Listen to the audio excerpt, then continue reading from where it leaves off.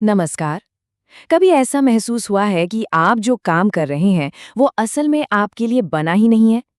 आज हम इसी गुत्थी को सुलझाने की कोशिश करेंगे हॉलैंड के करियर व्यक्तित्व प्रकारों के साथ।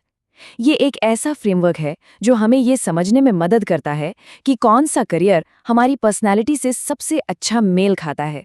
तो चलिए एक ऐसे सवाल से शुरू करते हैं जो शायद हम में से कई लोगों के मन में आता है। आखिर क्यों इतने सारे लोग अपने करियर में एक जगह आकर अटक जाते हैं, फंसा हुआ महसूस करते हैं? ये एक बहुत ही आम एहसास है। रोज काम पर जाना लेकिन अंदर से वो खुशी, वो संतुष्टि महसूस न कर पाना। देखिए, समस्या की जड़ अक्सर हमारे चुनाव में ही छिपी होती है। हम में से ज्यादातर लोग अच्छी सैलरी, समाज की उम्मीदों या परिवार के दबाव में आकर अपना करियर चुन लेते हैं। और इस पूरी भागदौड़ में हम ये सोचना ही भूल जाते हैं कि हम असल में हैं कौन, हमारा अपना व्यक्तित्व क्या चाहता है। और बस यही से वो असंतोष धीरे धीरे पनपना शुरू हो जाता है। तो आज के इस विश्लेषण में हम क्या क्या देखने वाले हैं? सबसे पहले हम करियर में इस असंतुलन की समस्या को थोड़ा और गहराई से समझेंगे। फिर हम जॉन हॉलैंड के मूल विचार को जानेंगे और उनके बताए 6 खास व्यक्तित्व प्रकारों की बात करेंगे। इसके बाद हम देखेंगे कि किसी का व्यक्तिगत हॉलैंड कोड क्या होता है, ये सिद्धांत असल दुनिया में कैसे काम करता है, और आखिर में ये समझेंगे कि ये सिर्फ एक कोड से कहीं बढ़कर क्यों है। तो चलिए अब सीधे इस सिद्धांत के केंद्र में चलते हैं। इसकी नींव रखी थी मनोवैज्ञानिक जॉन एल हॉलैंड ने, और उनका विचार बहुत ही सरल लेकिन बहुत शक्तिशाली था। उन्होंने कहा कि हमारा करियर चुनना सिर्फ एक नौकरी ढूंढना नहीं है, ये हमारे व्यक्तित्व, हमारी पहचान को जाहिर करने का एक तरीका है। जॉन हॉलैंड का ये एक वाक्य ही उनकी पूरी थ्योरी का सार है। सोचिए, उनका मानना था कि जिन कामों में हमारी दिलचस्पी होती है वो सिर्फ हमारे शौक नहीं होते, वो हमारे अंदर के स्वभाव, हमारे चरित्र का आईना होते हैं। इसलिए सबसे जरूरी है कि हमारा काम और हमारा व्यक्तित्व दोनों एक ही दिशा में चलें। और इसी तालमेल को, इसी फिट को हॉलैंड ने एक नाम दिया, कॉन्ग्रुएंस, या हिंदी में कहें तो अनुरूपता। इसका सीधा सा मतलब है कि आपकी पर्सनैलिटी और आपके काम का माहौल एक दूसरे के साथ कितने मेल खाते हैं। और ये तालमेल जितना बेहतर होगा, करियर में संतुष्टि, स्थिरता और सफलता की संभावना भी उतनी ही बढ़ जाएगी। तो अब आते हैं इस मॉडल के दिल पर। हॉलैंड ने पर्सनैलिटी के 6 मुख्य प्रकारों की पहचान की। इन सबको मिलाकर बनता है RISEC मॉडल। और यहाँ ये समझना जरूरी है कि हम में से कोई भी सिर्फ एक टाइप का नहीं होता, बल्कि हम सब इन अलग अलग प्रकारों का एक अनूठा मिश्रण होते हैं। पहला प्रकार है रियलिस्टिक या यथार्थवादी, जिन्हें हम कर्ता भी कह सकते हैं। ये वो लोग हैं जिन्हें अपने हाथों से कुछ बनाने या ठीक करने में मजा आता है। मशीनें, औजार, जानवर, इन्हें असल दुनिया की चीजों के साथ काम करना पसंद है। ये ज्यादा सोचने विचारने के बजाय काम करने में विश्वास रखते हैं। इंजीनियर, मैकेनिक या किसान, ये सब इसी प्रकार में आते हैं। अगला है इन्वेस्टिगेटिव या खोजी प्रकार, यानी विचारक। ये लोग ज्ञान के भूखे होते हैं।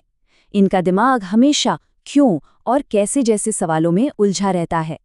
इन्हें डेटा, थ्योरी और विचारों के साथ काम करना पसंद है। एक वैज्ञानिक जो लैब में कोई प्रयोग कर रहा है, या एक प्रोग्रामर जो एक मुश्किल कोड को हल कर रहा है, वो इसी प्रकार का एक बेहतरीन उदाहरण है। फिर आते हैं आर्टिस्टिक या कलात्मक लोग, जिन्हें हम सर्जक कह सकते हैं। इनके लिए सबसे जरूरी चीज है आत्म अभिव्यक्ति, यानी खुद को व्यक्त करना। ये कल्पनाशील होते हैं और बंधे बंधाए नियमों में काम करना पसंद नहीं करते। इन्हें अपनी रचनात्मकता दिखाने के लिए आज़ादी चाहिए। लेखक, संगीतकार, डिजाइनर, ये सभी इसी श्रेणी में आते हैं। चौथा प्रकार है सोशल या सामाजिक, यानी सहायक।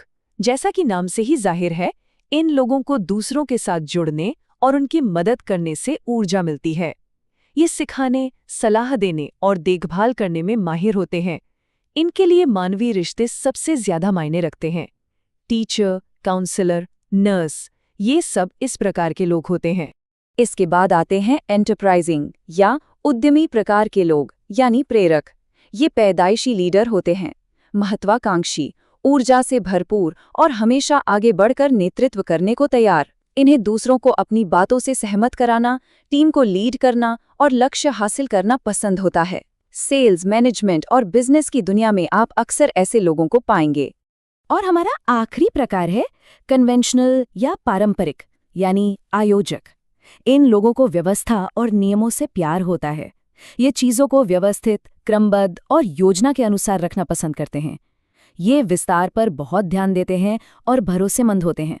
अकाउंटिंग, ऑफिस एडमिनिस्ट्रेशन जैसे काम जहां डेटा और सिस्टम को मैनेज करना होता है, इनके लिए बिल्कुल सही हैं। तो अब जब हमने इन 6 प्रकारों को समझ लिया है, तो सवाल उठता है कि ये सब जुड़ते कैसे हैं? क्योंकि जैसा मैंने पहले कहा, कोई भी व्यक्ति सिर्फ एक डिब्बे में फिट नहीं होता। हम इन सब का एक मिश्रण है, और यहीं से हॉलैंड कोड का आइडिया आता है। हॉलैंड ने इन 6 प्रकारों को एक षटकोण यानी एक हेक्सागन पर रखा, ये दिखाने के लिए कि वे एक दूसरे से कैसे जुड़े हैं। ये बहुत दिलचस्प है। जैसा कि आप यहाँ देख सकते हैं, यथार्थवादी और सामाजिक प्रकार एक दूसरे के बिल्कुल विपरीत हैं। एक का फोकस चीज़ों पर है तो दूसरे का लोगों पर। ये पूरा षटकोण हमें दिखाता है कि जो प्रकार एक दूसरे के बगल में है, उनमें काफ़ी समानताएं हैं, और जो एक दूसरे के आमने सामने हैं, वे सबसे अलग हैं।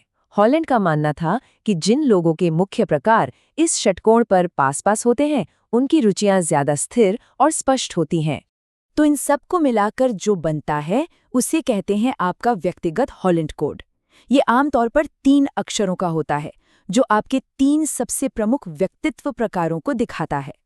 जैसे किसी का कोड SEC हो सकता है, जिसका मतलब है वो सामाजिक, उद्यमी और पारंपरिक प्रकार का मिश्रण है। ठीक है, ये सब थ्योरी तो बहुत अच्छी है, पर असल जिंदगी में इसका क्या मतलब है? चलिए अब देखते हैं कि ये मॉडल सिर्फ कागजों तक ही सीमित नहीं है, बल्कि करियर चुनने में ये एक बहुत शक्तिशाली उपकरण की तरह काम करता है। ये मॉडल सिर्फ एक विचार नहीं है, दुनिया के कई जाने-माने करियर असेसमेंट इसी पर आधारित हैं।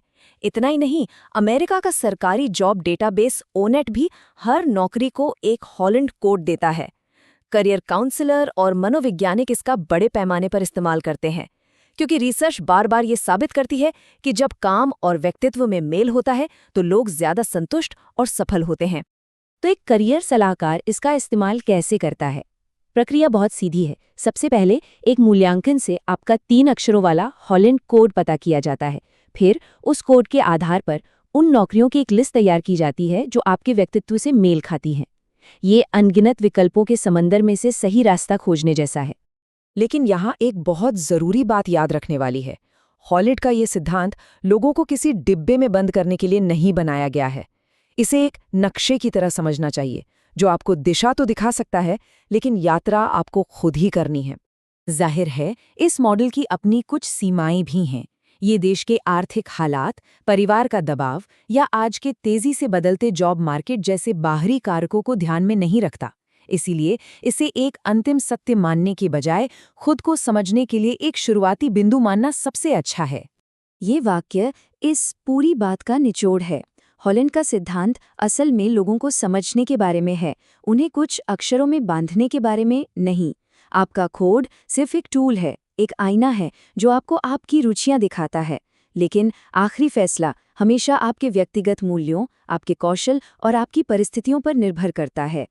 तो अंत में आज की ये चर्चा हमें एक बड़े सवाल पर लाकर छोड़ती है। अपने जुनून और दुनिया की व्यावहारिक ज़रूरतों के बीच सही संतुलन कैसे पाया जाए? शायद अपने व्यक्तित्व को गहराई से समझना ही इस संतुलन को पाने की दिशा में पहला और सबसे महत्वपूर्ण कदम है। इस पर सोचिएगा ज़रूर।